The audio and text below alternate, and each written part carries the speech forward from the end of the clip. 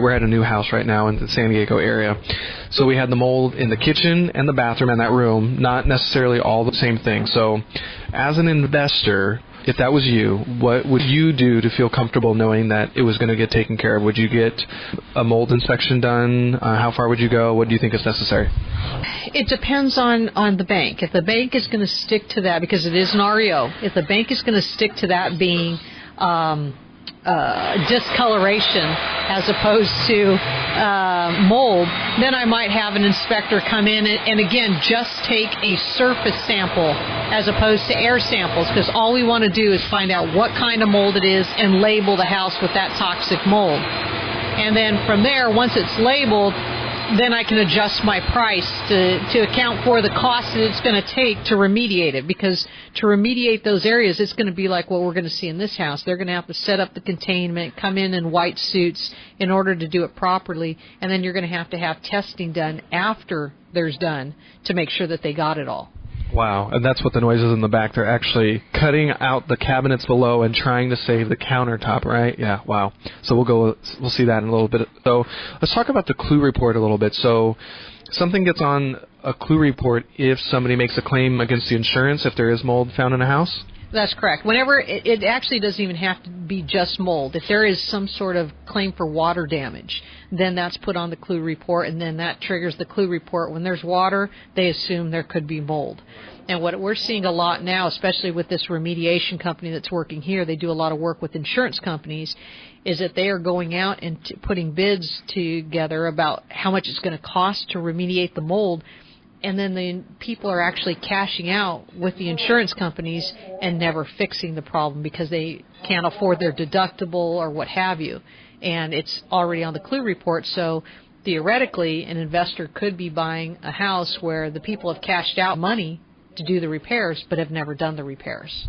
In your guesstimation, how much do you think that house that we were at, how much do you think would actually need to be done, and how much do you think it might cost?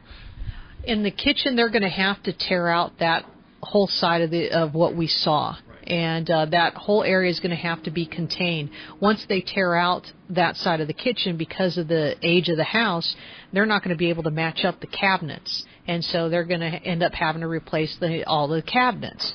So just for remediation, not including the putback or the cost of the cabinets or anything like that, you're looking probably just in the kitchen around $5,000 to $7,000, because it's a big process of what they do. And then in the bathrooms, you're looking at probably a few $1,000s there too in each of the bathrooms. The room may not be it'll be an extensive remediation job, but it's just going to be drywall in there. It's not quite as much work. Now, as an investor is fixing things up, I mean, anything along the coastal area is going to have a little bit more moisture. It's just there's more humidity in the air, especially when it has to do with bathrooms.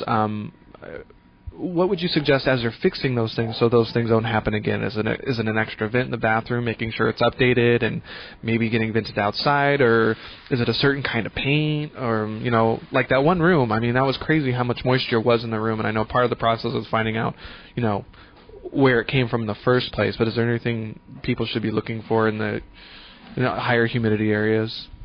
Things like that, the big thing is air circulation. So if, for example, in a bathroom, a fan is excellent, and if they're going to be using it as a rental, hook that fan up to the light switch. So when that light goes on, then that fan goes on. Some people don't want to spend the money for shower doors in a bathroom. If you're going to be using it as a rental, invest in the shower doors, because tenants will not pull the curtain all the way shut. Water will come out the sides and get the sides mold damage. That's something I would never have thought about. That's a good one. All right. Thank you very much. And then in the areas where there's higher humidity, it's fine that people turn on their heaters and, when it's cold out and everything, but turn on a fan. Put a fan in there, like the ceiling fans that are out nowadays. They have a switch where you can flip the switch and it spins in the opposite way during winter as it does in summer, just so you can circulate the air and that moisture is not just sitting there. In our house is built in the late 50s, early 60s. It's all plaster. And so we have that issue of the cold of the wall and the heat of the inside. But we run a fan at night, and we've never had a problem. Don't put wallpaper in bathrooms, please. Don't put wallpaper in bathrooms or carpeting. You know, very, very... What is it with people who put carpets in bathrooms? It's just the strangest thing to me. You're just asking for it.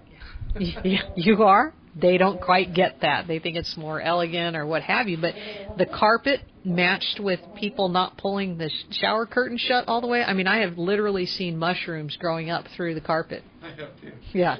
You know? All right. So describe what's going on in this particular house.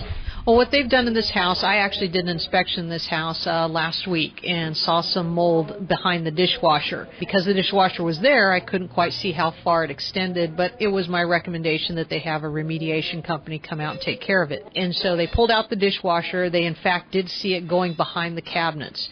So what they're doing right now is they're trying to cut out the cabinets without damaging the countertop.